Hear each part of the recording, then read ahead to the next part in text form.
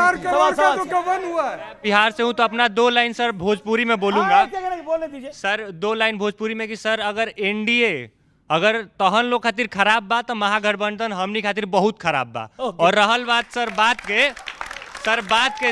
के भोजपुरी में तो बात ई बाटे कि सर महागठबंधन के जौन कार्यकर्ता बड़न उ कहतरन कि एक खाली जीत जाइम तो घर से बहरी ना निकले देम। तो ए बात के वोट दी जा कि जौन उनकर उम्मीदवार बड़न उनकर क्वालिफिकेशन पे वोट दी जा कि उ पास्ट में गाना गावतरन कि जाए से पहले खा लो उठलाली से रोटी बोर के। तो सर एकरा पे वोट दी जा।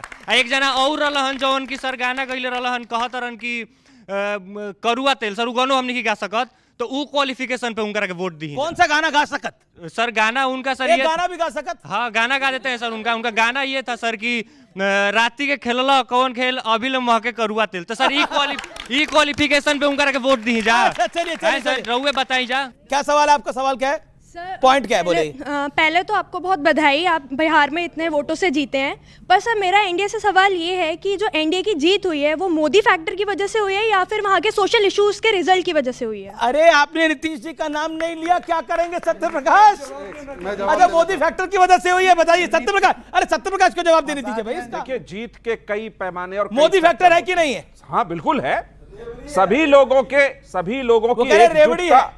लोगों की एकजुटता, नीतीश कुमार के लंबे अनुभव, उनके सुशासन और महिला सशक्तिकरण और केंद्र की योजनाओं ने हमें बिहार को बहुत लाभ पहुंचाया है, इसलिए हम जीते हैं। इसमें क्या दिक्कत है बोलने में? ओके ये सच है। सवाल। हाँ बोलिए ज्यादा हो गई है सर। कांग्रेस वोट चोरी बोलते बोलते वोट मांगना ही भूल गई क्या? वोट चोरी बोलते बोलते वोट मांगना ही भूल गई। ओके आपका पॉइंट क्या है? सर महागठबंधन की इतनी बड़ी हार की वजह क्या है? लीडरशिप क्राइसिस या फिर poor strategy weakness? Poor strategy या फिर वीकनेस? महागठबंधन की हार की वजह क्या है? ओके राजकुमार भाटी बोलिए। महागठबंधन की ज्यादा बड़ी हार की वजह यह है बिहार में कि महागठबंधन ने शोर ज्यादा मचा दिया, इन्हें ज्यादा डरा दिया और डर के इनकी सारी टीम जो है अपना जो तिकड़म करने में लग गई और तिकड़म कुछ ज्यादा हो गई। इनकी उम्मीद से ज्यादा सीटें आ गई। अभी भी वो जनता के जनमत को सलाम नहीं कर रहे। गाने की बात अभी भी राजकुमार भाटी अभी भी जनता के जनमत को सलाम नहीं कर रहे, उसको तिकड़म बता रहे हैं। मैं आपको एक बात बताऊं, राहुल जी जब चुनाव के दौरान कोलंबिया चले जाते हैं तो उससे उनकी सीरियसनेस का पता चलता है। हमने पिछली बार राहुल सीरियस नहीं है, मैंने पिछली बार भी ये कहा था। मैं सवाल पूछ रहा हूं, राहुल मैंने कहा ये भारी पड़ेगा। सर मैं आपसे एक चीज कहना चाहूंगा, अगर आपको जीतना है तो सर सच्चे दिल से कह रहा हूं, आपको अगर जीतना है तो राहुल गांधी जी को इस कैंपेनिंग में मत भेजिए सर। कैंपेनिंग में भेजेंगे तो बीजेपी जीत जाएगी। नहीं सर प्लीज सर, रिक्वेस्ट है सर। और सर शहजाद पुण्यवाला सर से मैं एक चीज कहना चाहूंगा, सर आप दुनिया को बहुत ज्ञान दे रहे हैं, प्लीज सर थोड़ा सा ज्ञान कांग्रेसी को भी दे दीजिए कि राहुल गांधी को मत भेजिए प्लीज सर। अच्छा ठीक है। मेरे भाई ने सवाल पूछा जिनका बहुत सुंदर माथे पे तिलक लगा है। उन्होंने पूछा कांग्रेस को आप सलाह क्यों नहीं देते? मान्यवर, मैं कांग्रेस में कई वर्षों तक रहा और कांग्रेस तब सलाह नहीं ले पाई, मैं तो निकल गया, परंतु सोते हुए को जगाया जा सकता है, पर जो सोने की एक्टिंग करे वो पता है। हमको 90 सीट्स मिली बिहार में। कांग्रेस का परफॉर्मेंस अंडर राहुल, बिहार में 6 सीट, दिल्ली में 0, महाराष्ट्र में 16, झारखंड में 16, हरियाणा में 37, जम्मू कश्मीर में 6, कुल मिलाकर 81 सीट से 6 चुनाव में वो नहीं कर पाए क्योंकि जानवरों के पास थे। जंगल सफारी में हम जनता के पास और जानवरों के पास, इसीलिए जानवरों का और सवाल। तेज प्रताप फेलस्वी कह रहे हैं तेजस्वी को, रोहिणी आचार्य कह रही हैं कि संजय यादव की वजह से अब मैं पार्टी और परिवार दोनों को छोड़ रही हूं, उन्होंने मुझे ऐसा बोला है। एक मुझे बात बताइए, आप जनता को साथ लेने की बात कर रहे थे, चलिए एक भाई तो अलग था, अब बहन भी अलग हो रही है, परिवार को भी साथ नहीं रख पा रहे, ऐसा क्यों हो रहा है?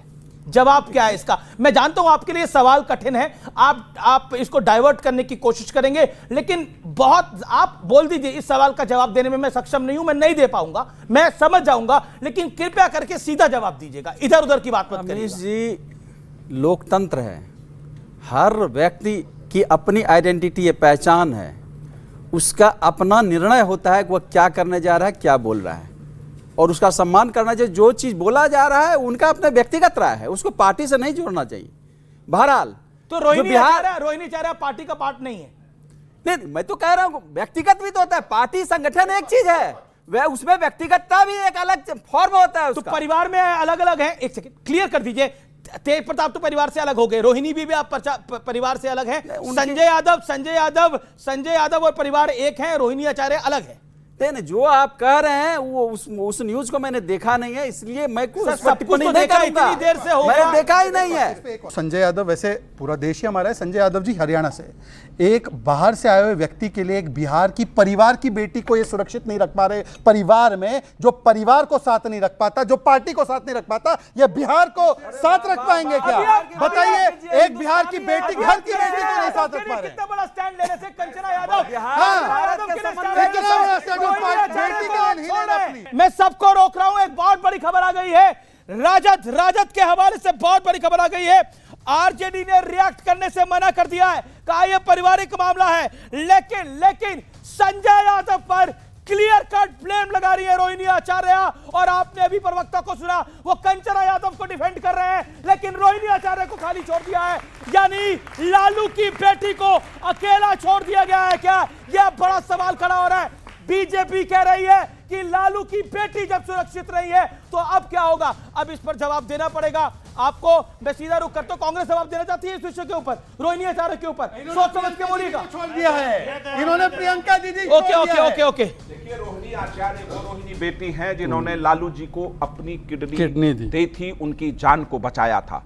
आज पूरा राजद का एक आदमी उस रोहिणी आचार्य के साथ खड़ा नहीं है, जिसके बारे में वो कह रहे कि संजय यादव ने मुझे कहा कि तुम पार्टी छोड़ दो और फैमिली छोड़ दो। ये संजय यादव वो हैं कहते हैं लोग पैसा जो मांगते रहते हैं। 6-6 करोड़ रुपया में टिकट बेचने के लिए संजय जाकर बिहार के कई जो सिटिंग जो मुस्लिम एमएलए थे आरजेडी के, सुनिए, उनके टिकट काट दिए, उनके टिकट काट दिए थे।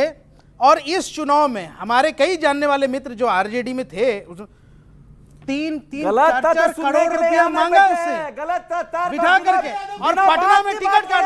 और यही संजय यादव इसके जिम्मेदार। मैं ऑन रिकॉर्ड कह रहा हूं, नहीं चलेगा कि ये वो संजय यादव यहाँ पे बात बोलने के लिए जिसने आरजेडी को आज धरातल पर ला दिया है। जब तक ऐसे सलाहकार अमीर जी तेजस्वी जी के रहेंगे, जो पार्टी लालू यादव जी ने बनाई थी, जो पार्टी लालू यादव जी ने बनाई थी, उसको बर्बाद करने का काम किया है। कि देखिए, इन्होंने एक आरोप, सुन लीजिए,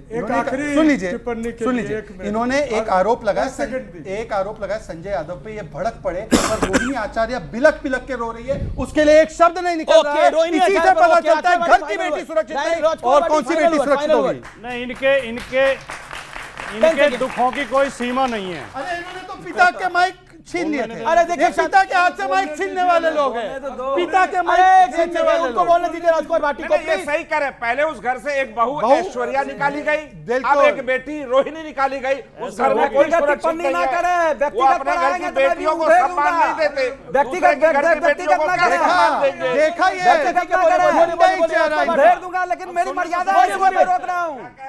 व्यक्तिगत टिप्पणी ना करें। ये टीवी चैनल सर बैठ कर राष्ट्रीय चैनल पर व्यक्तिगत करेंगे। बेटियां सुरक्षित नहीं है, बिल्कुल नहीं है इनके घर में बेटियां सुरक्षित। नालंदा में एक महिला के पैर में नोक ठोक दिया गया। बिहार की बेटियों की बहुत बहुत शुक्रिया। देखिए, ये चर्चा ऐसे ही चलती रहेगी। आज के इस एडिशन में आप लोग आए, आपने भाग लिया, आपका बहुत बहुत धन्यवाद, आपका बहुत बहुत धन्यवाद।